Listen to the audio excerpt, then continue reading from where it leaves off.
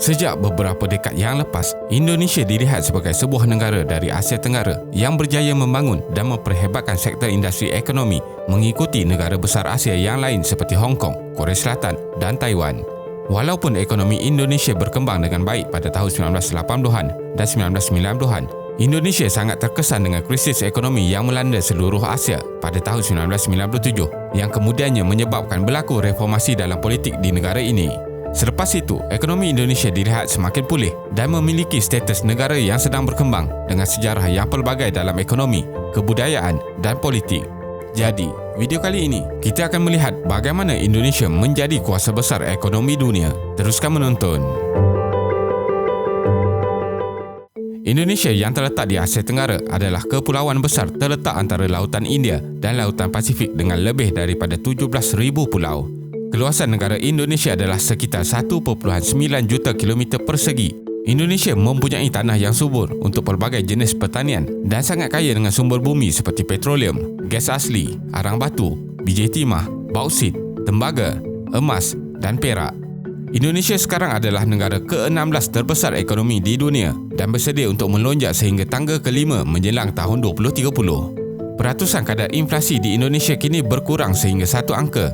Hutang negara juga rendah pada kadar 29% dari nilai KDNK dan dalam tempoh 10 tahun yang lepas, kadar pertumbuhan ekonomi telah meningkat dengan purata 5.3% setahun. Pembangunan ekonomi yang positif di Indonesia ini tidak hanya berpusat di ibu negara Jakarta sahaja, bahkan bandar lain yang mempunyai saiz populasi pertengahan juga dilihat pesat membangun seperti Medan, Bandung dan Surabaya. Faktor-faktor pemangking ekonomi Indonesia. 1. Kebangkitan Asia. Pertambahan jumlah populasi yang termasuk dalam kategori golongan pengguna di peringkat global akan meningkat sehingga 1.8 bilion orang dalam tempoh 15 tahun ke hadapan dan lebih daripada 75% daripadanya adalah dari Asia. Perubahan ekonomi di negara China dan India dilihat sangat mengagumkan. Ini akan meningkatkan permintaan pelbagai sumber dan komuniti yang boleh dibekalkan dari Indonesia.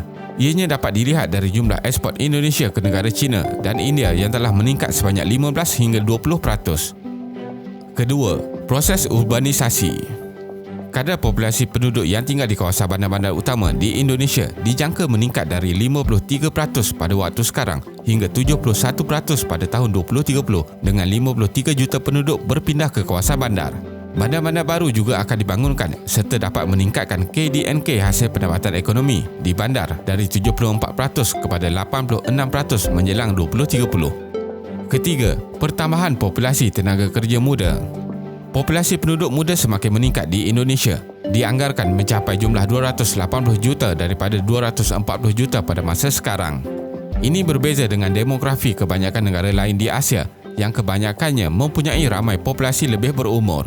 Jumlah tenaga kerja muda yang lebih produktif ini akan menyumbangkan pertumbuhan ekonomi sebanyak 2.4% menjelang 2030. Keempat, perkembangan penduduk seiring teknologi.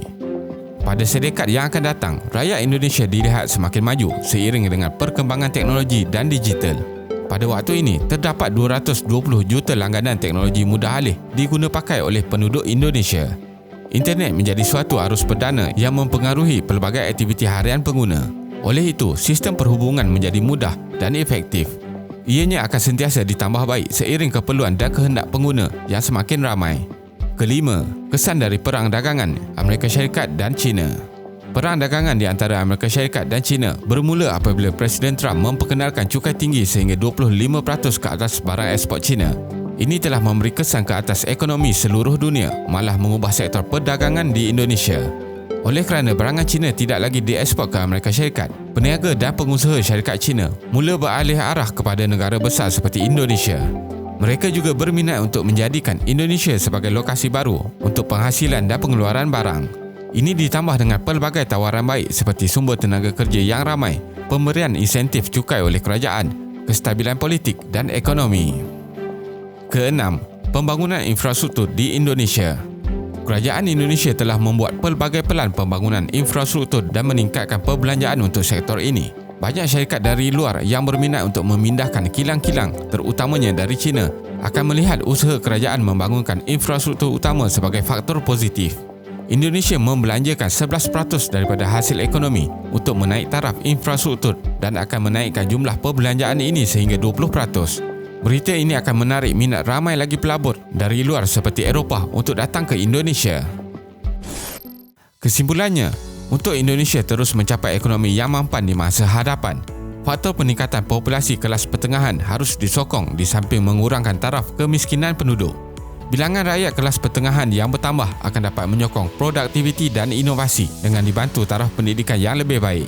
Ini akan menjamin kekuatan ekonomi dari dalam negara dan juga mengurangkan kesan negatif dari faktor luaran yang dapat menjejaskan perkembangan ekonomi. Terima kasih kerana menonton dan jangan lupa subscribe. Jumpa lagi.